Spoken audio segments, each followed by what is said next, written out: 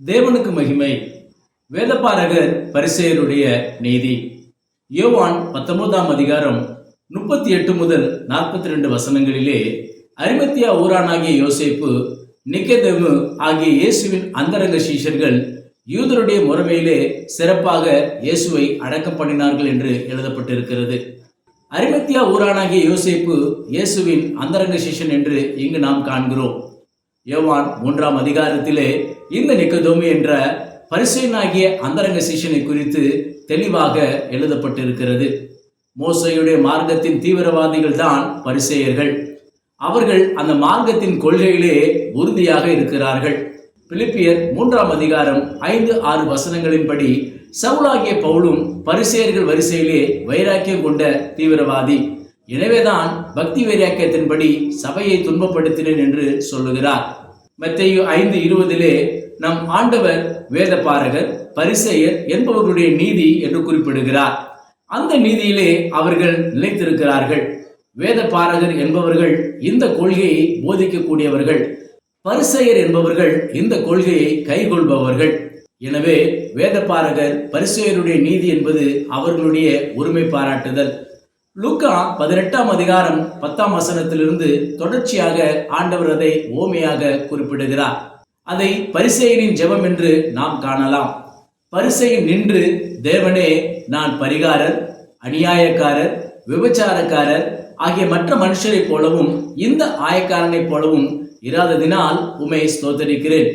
இந்த பரிசேயனின் வாழ்க்கை பாவத்துக்கு எதிராக இருக்கிறது.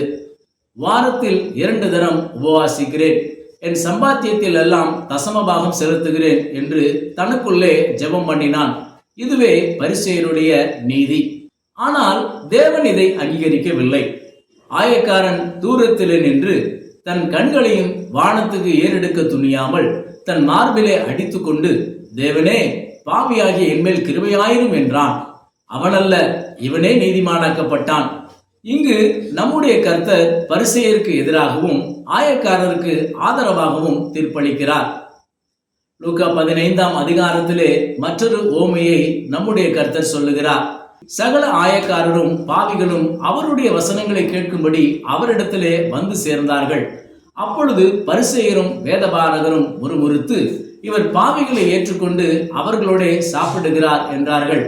அவர்களுக்கு அவர் சொன்ன ஓமையாவது, இந்த ஓமையில் வேசிகளிடத்திலும் தாசிகளிடத்திலும் தன்னுடைய ஆஸ்தியை அழித்து போட்ட இளைய குமாரனையும் தகப்பனுக்கு முற்றிலும் கீழ்ப்படிந்து ஒரு குற்றமும் செய்யாத மூத்த குமாரனையும் நாம் காணலாம். 30ஆம் வசனத்திலே, வேசிகளிடத்தில் உம்முடைய ஆஸ்தியை அழித்து போட்ட உம்முடைய குமாரனாகிய இவன் வந்தவுடனே கொழுத்த கன்றை இவனுக்காக அடிப்பித்தீரே என்று மூத்த குமாரன் சொன்னான். இந்த இளைய குமாரனை பாவிகள், ஆயக்காரர் என்ற இடத்திலே நம்முடைய கர்த்தர் ஊமைப்படுத்துகிறார்.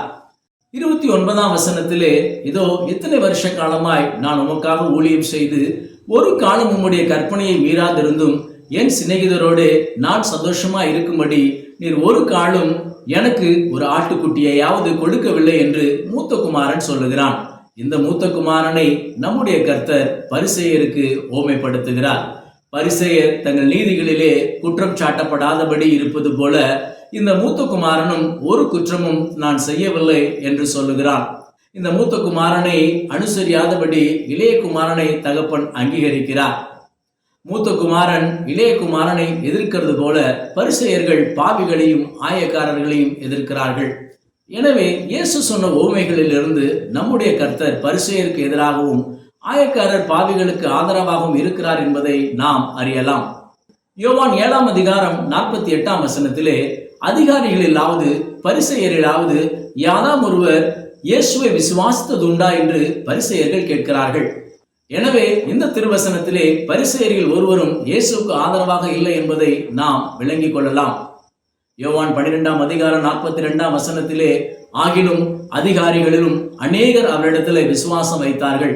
அப்படி இருந்தும் ஜெப ஆலயத்துக்கு புறம்பாக்கப்படாதபடி பரிசேயர் நிமித்தம் அதை அறிக்கை பண்ணாதிருந்தார்கள் என்று எழுதப்பட்டிருக்கிறது.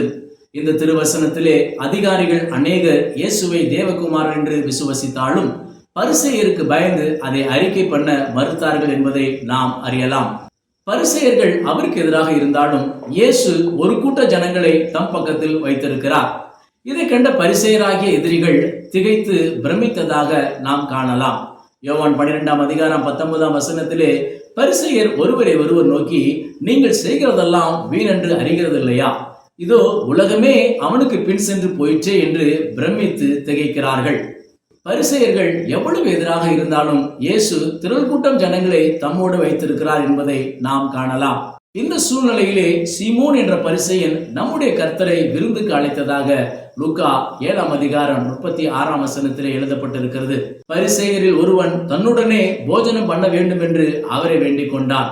அவர் அந்த பரிசேயனுடைய வீட்டில் பிரவேசித்து பந்தி இருந்தார். அப்பொழுது ஒரு பாவியான ஸ்திரீ அவருடைய பாதங்களின் அருகே பின்னாக நின்று அழுது கொண்டு அவருடைய பாதங்களை தன் கண்ணீரினால் நனைத்து தன் தலைமையினால் துடைத்து அவருடைய பாதங்களை முத்தம் செய்து பரிமள தைலத்தை பூசினாள்.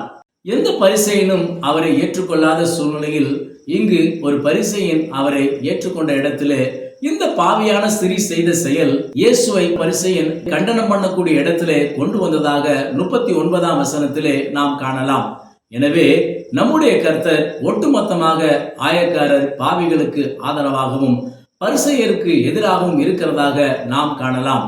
எனவேதான் இவர் ஆயக்காரர் பாவிகளுக்கு சிநேகிதர் என்று அனைத்து பரிசேயர்களும் இவர் மேல் குற்றம் சாட்டுகிறதை திருமறையிலே பைபிளில் பல இடங்களில் நாம் காணலாம். லூக்கா 7:30 பரிசேயரும் நியாயசாஸ்திரிகளுமோ யோவான் ஸ்நானகனாலே ஞானஸ்நானம் பெறாமல் தங்களுக்கு கேடு உண்டாக தேவனுடைய ஆலோசனையை தள்ளிவிட்டார்கள் என்று எழுதப்பட்டிருக்கிறது. மத்தேயு 23ஆம் அதிகாரத்திலே வேதபாரகரே பரிசேயரே உங்களுக்கு ஐயோ என்று நம்முடைய கர்த்தர் 7 முறை சொன்னதாக நாம் காணலாம். 13, 14, 15, 23, 25, 27, 29 ஆகிய வசனங்களில் மாயக்காரராகிய வேதபாரகரே பரிசேயரே உங்களுக்கு ஐயோ என்று சொன்னதாக நாம் காண்கிறோம். மத்தேயு 23ஆம் அதிகாரத்தின்படி அனைத்து வேதபாரகர் பரிசேயரை ஆண்டவர் தள்ளி ஆயக்காரர் பாவிகளை சேர்த்து கொண்டதாக நாம் காணலாம். எனினும் 2 அந்தரங்க சீஷராகிய பரிசேயர்கள் நிக்கோதேமும் அரிமத்தியா ஊரானாகிய யோசேப்பும் இயேசுவை அடக்கம் பண்ணினார்கள் என்பது குறிப்பிடத்தக்கது. இந்த திருஷ்டாந்தங்களை நாம் ஏற்றுக்கொண்டு நம்முடைய வாழ்க்கையில் எச்சரிப்படைவோம். கர்த்தர் உங்களை ஆசீர்வதிப்பாராக. ஆமேன். தேவனுக்கே மகிமை உண்டாவதாக.